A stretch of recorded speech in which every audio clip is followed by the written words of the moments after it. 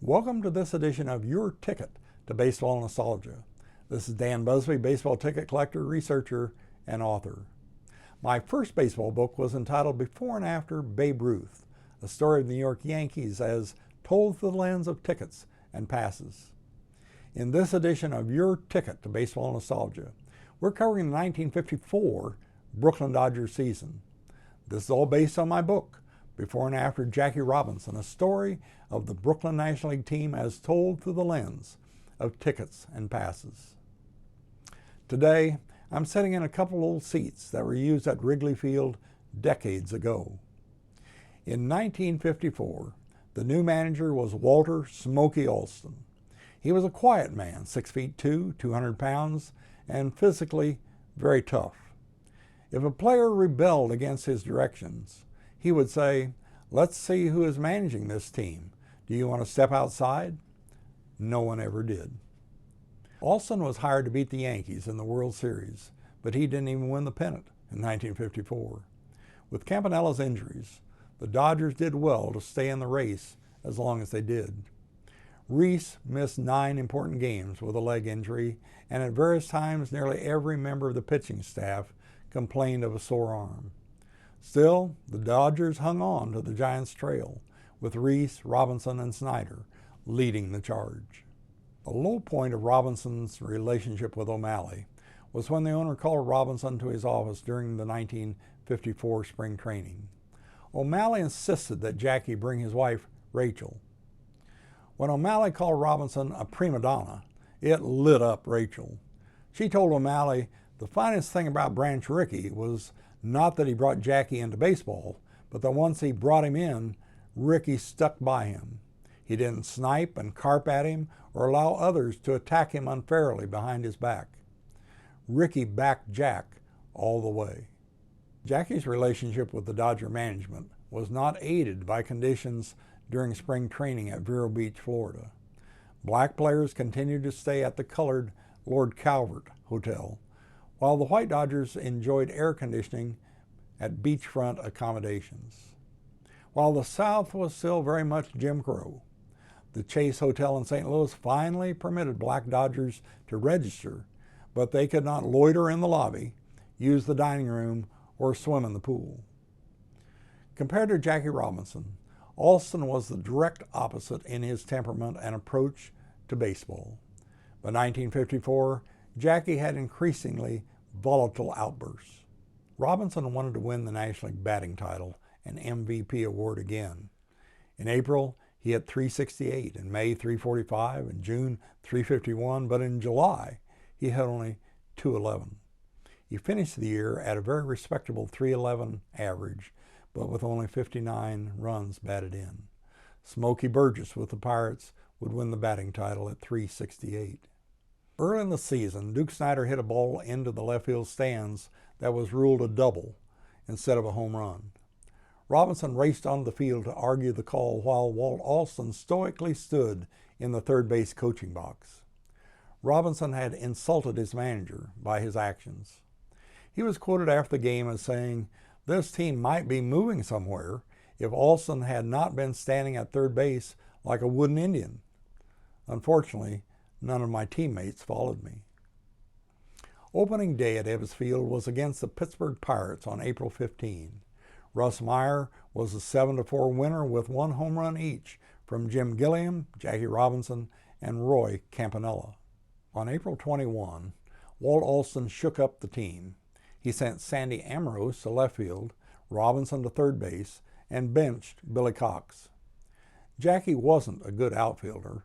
Ambrose was speedy and sure-handed, and age was catching up with Billy Cox.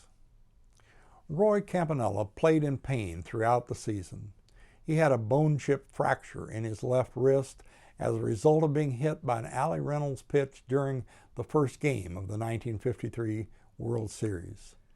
He was limited to .397 at-bats, and his average was an anemic .207 compared to his .312 average in 1953. On May 4, he had the offending bone chip removed. He was out of the lineup for 28 days. Even after the surgery, pain persisted. Campanella's relationship with Robinson was frosty at best. There were rumors of a near clubhouse fistfight between them until Gil Hodges intervened. For the previous 3 seasons, much of the press had criticized Robinson for being controversial while lavishing Roy with praise.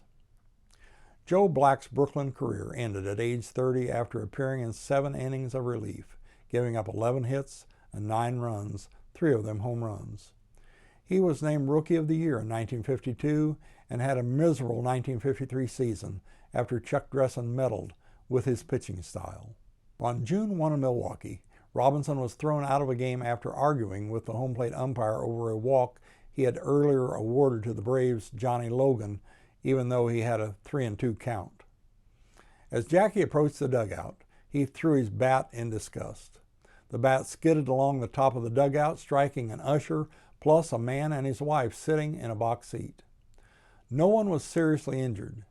Jackie apologized, but the couple later sued him over the incident.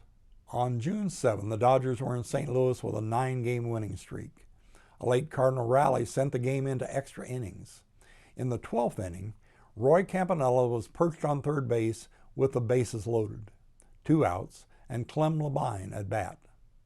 Campy suddenly broke for home. The startled Al Brazel, the Cardinals pitcher, threw high and outside to Del Rice, who got the worst of the collision at home.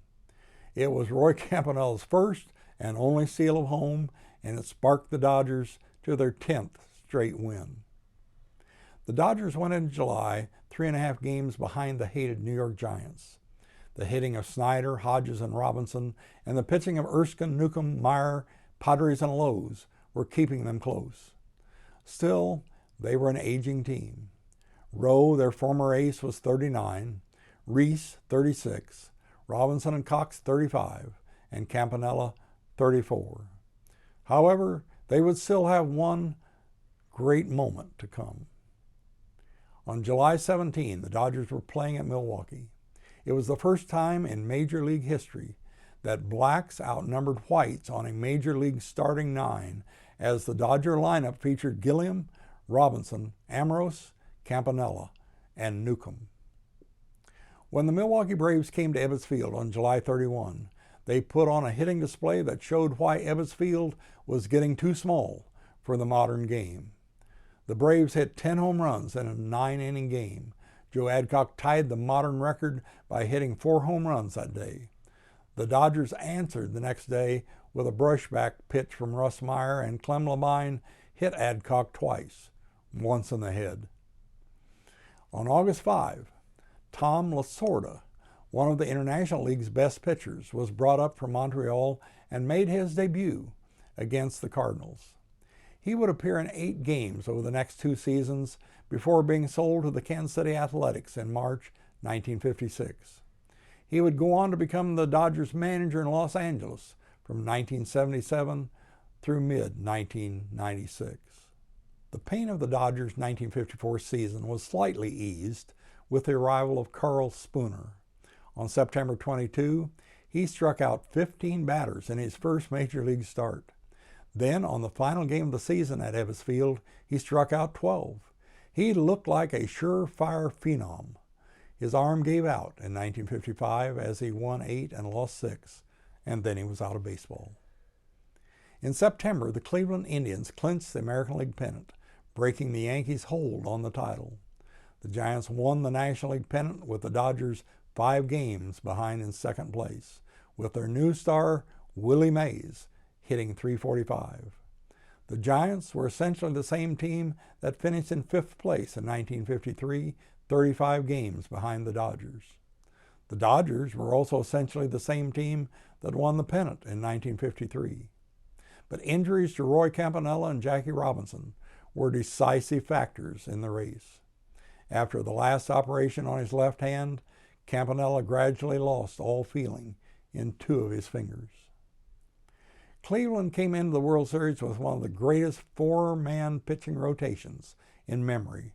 Early Wynn, Bob Lemon, Mike Garcia, and Art Houteman, with Bob Feller as the 5th starter. However, the Giants won the World Series over Cleveland in 4 games. Journeyman Jim Dusty Rhodes was the batting hero for the Giants. He hit a walk-off home run in Game 1.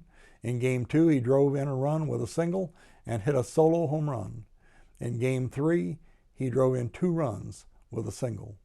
At the end of the 1954 season, Buzzy Bavasi sold Preacher Rowe and Billy Cox to Baltimore, using the money to sign a strong left-handed pitcher with the name of Sandy Koufax. Cox only batted 226 times in 1954 with Baltimore and retired after playing in 43 games with the Orioles in 1955. After the season, there was more talk about trading Jackie Robinson.